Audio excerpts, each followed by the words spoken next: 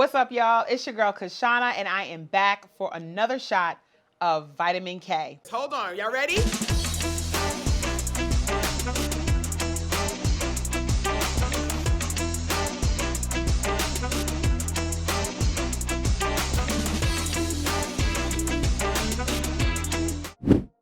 Okay, friends, so today we are going to be continuing the conversation about how to hire great people when you don't have HR. So first, if you haven't listened to and watched my first video, go back really quickly and watch video number 1 on how to find great people when you don't have HR. All right, so we talked about the finding great folks. Now we're gonna talk about actually hiring great folks. And again, the reason that we're having this conversation is because everybody does not have access to a dope HR team or have the budget to bring in a really great executive search firm or search firm at all.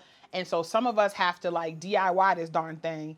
And so this is going to help you bring in some healthy practices into your organization as you are a busy hiring manager looking to bring great people to your organization or your company. All right, so hiring great people.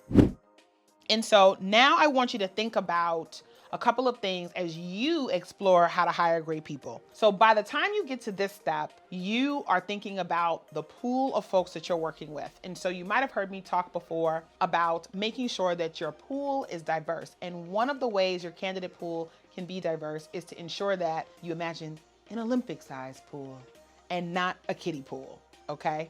And so the way I like to think about ensuring that you have a diverse pool is your networks. Oftentimes, our networks are a reflection of our lived experience. And so if everybody in your network looks exactly like you, friend, went to the same type of school you went to, joined the same type of social clubs, played the same type of sports, and so on, the probability is high that you're gonna be pulling candidates from that same type of pool. And that makes for a boring organization, okay? You might be excellent, but listen, we don't want everybody to be the same. We are not robots. So you have got to think about how to expand that pool. So as you think about how to expand that pool, I want you to be thinking about what is your timeline for making this hire? We don't want to rush the process of hiring folks, but we don't want to be dragging our feet like molasses. So it's a little bit of a balance that you have to take. Who is going to be involved in the process? And then I want you to stop. Have you considered each of the parties that need to be involved? Those should be folks who are going to have day-to-day interaction with the person in this role that you're hiring for. Those are going to be the folks who may have cross-functional responsibilities or their work is dependent on or reflective of the hire you're going to be making. And it could be a decision maker or a stakeholder further out that's going to be able to have that touch point. And so ensuring that you have all of the parties involved who are going to be a part of that process is really important. So now as you get into the interview process, I want you to think about having a reasonable, a clear and transparent, and an equitable process. Now, why do I use all those words? Because I have been in processes, and many of us have been in these job processes where this person had 3 interviews, then you had a work assignment, then you had another conversation, then the recruiter ghosted you. And if you have been ghosted or have ghosted someone, make sure you go back down and watch my video on ghosting, okay? We don't have time for that mess. But when you're thinking about the process, I want you to think about what are the steps you would want every single candidate to take that reveals their ability to be able to do this work and to grow into this role if it is a growth opportunity. So you're thinking about the number of touch points they need to have. You're thinking about the number of conversations they need to have and with whom. Can you cluster those together so that you are valuing that candidate's time as well as your own, and you don't get overwhelmed by the actual process, which happens all the time. Then I want you to be thinking about this equity piece. So oftentimes when you have candidates of color, you tend to make them come back to the mat over and over again. That's that unconscious bias that seeps in. I don't really know. I gotta talk to KISHSHANA one more time. I still have questions. Maybe I'll have her talk to one more person to confirm what you were thinking and are feeling. That's confirmation bias, y'all. We don't need that. And so ensuring that each candidate has an opportunity to touch the ball the same number of times is really important.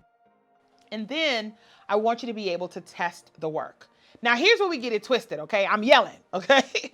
Here's where we get it twisted. Oftentimes, we ask candidates to do their own intellectual property, give us their own intellectual property, and we don't pay them for it. I'm not here for that. I'm not asking potential candidates to do labor that we are not paying them for, but I do want to be able to test the work.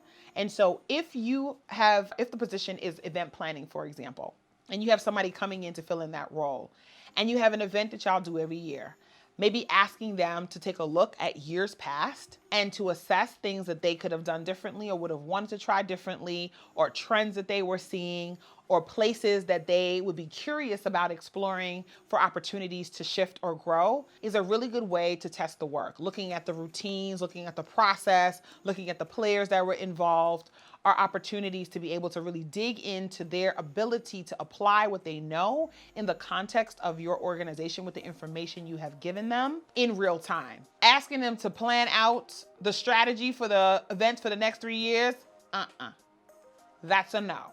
Because even if you don't hire that candidate, there are going to be candidates who shine and give you all the good stuff as it relates to ideas. And it is human nature to be inspired by the ideas that we see. And so what ends up happening is that you inadvertently take the ideas of a candidate that you did not hire. So we don't have time for that. So instead, when you think about testing the work, you test it from the place of pressure testing, whether they understand the work they're going to be stepping into and can understand the context in which your company or organization lives in that work, but not asking them to do new labor that they are not being compensated for. And I believe that so much that when folks come to interview for me at KISHSHANA & Co., if it's an administrative position, we pay them for their time, for the time that we think it's going to take for that assignment. And we do that early and often, whether they get the job or not. Why? It's an integrity for us, integrity value for us. And that may not be your swag, but you have to ensure that whatever values you espouse in your organization or in your company are living in every step of the process. Okay, we'll go one more. Behavioral questions based on competencies, y'all. We don't ask questions like, do you think you'll be able to plan a gala for 500? That's not the same as, talk to me about a time that you were able to plan a large scale event for attendees north of 500 people. How did you handle the planning? Who was involved in the planning? What stakeholders did you have to bring in? And what were some of the challenges that you encountered? Asking a behavioral question allows someone to call into memory and also to be able to share their experience around something that they might experience in the role they are with you. And it allows you to be able to see that competency at work. So some to-dos I want to give you if you are hiring without HR. Make sure y'all practice interviewing with your own peers.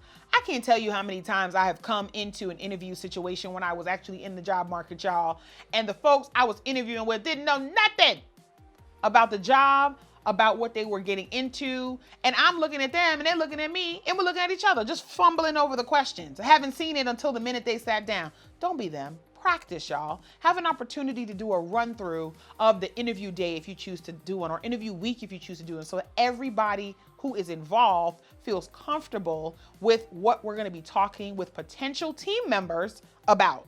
Make sure your pacing and your timing is right. Now I'm a New Yorker and I talk fast, so I should be the last one some days talking about pacing. But ensure that you don't sound like a robot, but also that you're keeping the cadence of conversation. It is not an interrogation, okay? An interview in this regard is a conversation. Can we make sure that when we go back to interviewing folks in person, that we have snacks and refreshments for every candidate? I can't tell you how many times I see organizations putting candidates through 9 and 10 hours of an interview day and giving the candidate a break for lunch. These folks have flown, they've driven, plane, train, automobile to be able to come and have a conversation with you. The least we can do is ensure that folks are refreshed. And please don't make them guess how you dress. If you're a casual place of employment, make sure that you name that so they can model that. Don't have folks jumping over hoops to try to guess how to fit in. It's not that kind of party. This is not the escape room. How do we get out of here in 30 minutes or less? You want to create a welcoming environment so folks can be at their best, so they can show you what they can do at their best and not be on edge. And then the last step in hiring, y'all, make a decision, okay? Oftentimes we start second guessing what this person brings to the table, who does this and who does that. If they are interviewing, it's because they have the basic qualifications to be able to do the job. So stop picking folks apart. Ensure that you have assessed each candidate equitably and equally. They should be getting assessed along a clear and transparent rubric that every single interviewer can see, and that y'all have had an opportunity to discuss it and call out if there are any biased things that could crop up, and they will in the process. And then do a reference check, the same amount for every candidate, y'all, and offer the job. Oftentimes we second guess ourselves, and so we don't have confidence going into the hire because we don't trust ourselves. It doesn't have anything to do with the candidate, it's you. All right, y'all, I could go into so many more things about how to actually hire, and I know all my HR friends are like, and another thing, and 4B, and 4C, and there are a lot, but I hope this was enough to get you started as you think about how to hire right when you don't have HR. So if you liked what you heard today, make sure you like, you share, and you subscribe so that you will be the first to know when we go live with another shot of vitamin K. That's all I've got for now, friends.